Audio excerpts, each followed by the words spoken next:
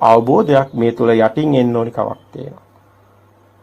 ඔබට එන්න ඕනි කමක් තියෙනවා. ඉතින් මේයි පරම සත්‍ය මේ සිත හැදෙන හැටි අපි කතා කරන්නේ මේ ආරම්භයයි. එතකොට මෙතන හැදුනොත් මේ අම්මා කියන සිත හැදෙන හැටි මේ හැඩතලයට රූපෙට සද්ද ගැට ගැහෙනවා නාම. ඒකම ඔබ අදත් ඒක සිද්ධ වෙනවා. අදත් බාහිර පොත කියන හැඩතලයේ මේ අපි හිතින් කියනවා පොතක් කියලා. මෙයා ගහ කිව්වේ නෑ මම අඹ ගහක් කියලා. අපි කියනවා මේ අඹ ගහක් කියලා.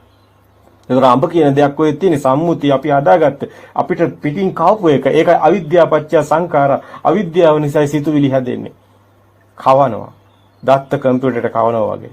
නමුත් එහෙම දෙයක් කොහෙවත් තියනවා නෙමෙයි. කම්පියුටරේ අපි කියනවානේ මෙමරියක් තියනවා කියලා. මේක එහෙම කතාවක් නෙමෙයි. ඊට වැඩිය වෙනස් අතිසෙන්සියුම් කතාවක් තියෙනවා. මේ දැන් මේ මොහොතේ සකස් වෙනවා. පෙර සංඥා සකස් වෙනවා. සංඥා නිසා නව සංඥා සකස් වෙනවා. ඒකයි අතන ගොඩක් ඔබට දකින්න ලැබෙනවා මේ සලායතන සූත්‍රය හොඳින් බැලුවොත් මේවා හැදෙන හැටි හොඳටම තියෙනවා. ඒ සලායතන සූත්‍රවල බැලුවොත් ඒ මහා නිදාන සූත්‍රයේ ඒවා ඔක්කොම එකට ගන්න ඕනි. ඔක්කොම එකට ගලප ගන්න ඕනි. ඒක බැලුවොත් ඔබට පෙයි රූපං රූපත්තය සංකතං අபிසංකරෝති කියන්නේ ඒකයි. රූපේ රූපයක් බවට අபிසංකරණය වීමක් තියෙනවා.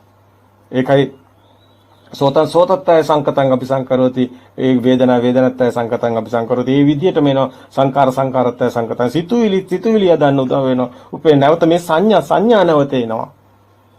අபிසංකරණයක් වෙනවා. ඒ සංඥා තමයි කුණු ගොඩ පෙර මතකේ. ඒකම තමයි මේ නැවතෙන්නේ. දැන් මේ සිත රූපය ඇදුනේ කොහොමද? පොත කියන සිත ඇදුනේ කලින් පොත කියන සම්මුතියක් අපේ හිතේ තිබුණා මේ සංඥාවක්. ඒකයි අපි පොත කියන්නේ.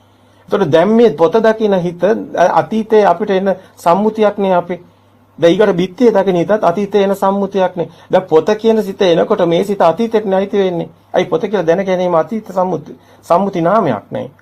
එතකොට බිත්තිය දකිනකොට බිත්තිය දකින හිත කියන්නේ අතීත සම්මුති නාමයක් නේ. එතකොට මල කියලා දකිනකොට මල කියන්නේ අතීත සම්මුති නාමයක් නේ.